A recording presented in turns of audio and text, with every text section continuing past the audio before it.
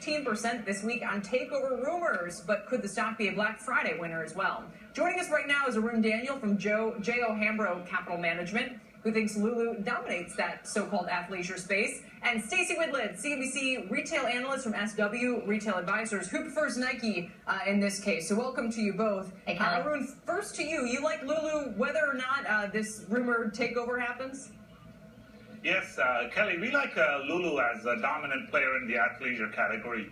I think both near-term and long-term, they have very solid fundamental trends that are going on.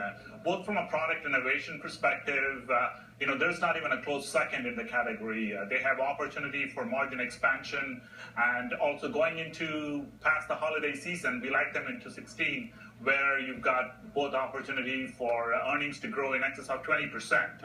As you can see in the retail landscape, very few people today can do that, and Lulu can demonstrate that. Still, not even a close second. What do you think, Stacey? Yeah, I mean, I'm not going to argue that the athleisure sector itself is one of the few growth sectors out there, but certainly Lulu has its own problems. And if you look at certainly where they ended, the inventory levels were up 59% last quarter. Sales are supposed to be up 14% this quarter. So there may be some margin pressure there. In addition, they are embarking on a very expensive rollout program in Europe. We have seen that movie before from several of these names. And finally, I think, if you look at the competition, cheaper, better, quicker, H&M, Primark, all of these companies have incredibly cheap lines. For example, you can get workout leggings at Primark for $7. I've tried them. They're not bad. And you can get a lot of I take your point, they're TJ Maxx, Kayla, they are seemingly everywhere and at much better quality now than 5 or 10 years ago. Yeah, perhaps because they're just so popular that everybody has to carry them because people want to buy them. But Stacey, I'm wondering what you think about this trend toward athleisure as more of a business casual story. Our friend John Steinberg has a Lululemon blazer. He has no shame wearing that into the office. Is that really going to be a long-term trend?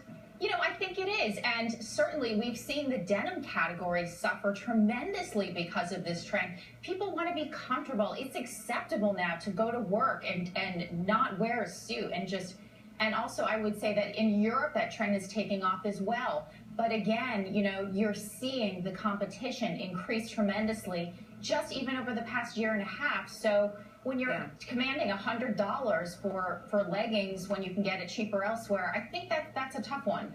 I want to know, Mike, if you're getting your blazers from Lululemon. I am not at this point. And, I'm having, Stacey said you wouldn't argue against the general dominance of the athleisure trend. And I wouldn't either right now, but I'm flashing back to the late 90s when we thought that because the Gap and Dockers were basically introducing business casual. They were getting rid of dress clothes and jeans as well. There was nothing but up for these stocks. And at some point, it gets to be very much kind of a stale look, and I just wonder if that's the risk right now. What would you say to that, Arun?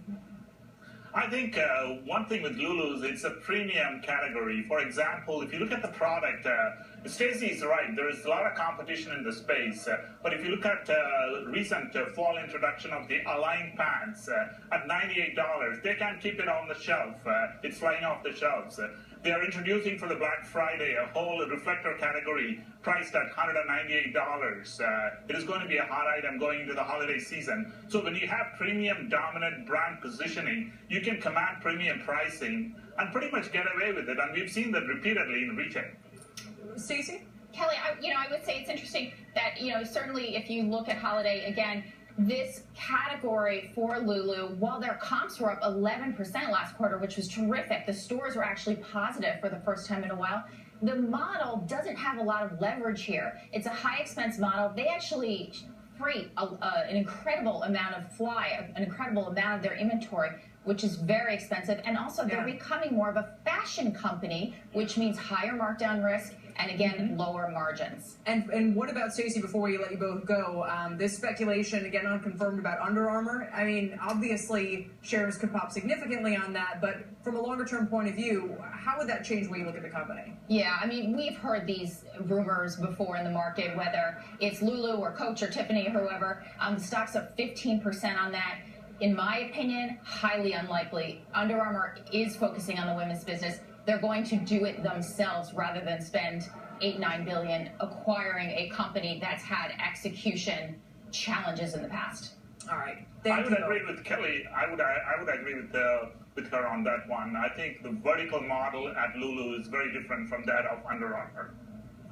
Well, that's a point as well. Arun, thank you for being here. Appreciate it. Thanks, Arun Kelly. Happy Daniel from Turkey Day. J.O. Hambro. Yeah. Thank you. And we're about to get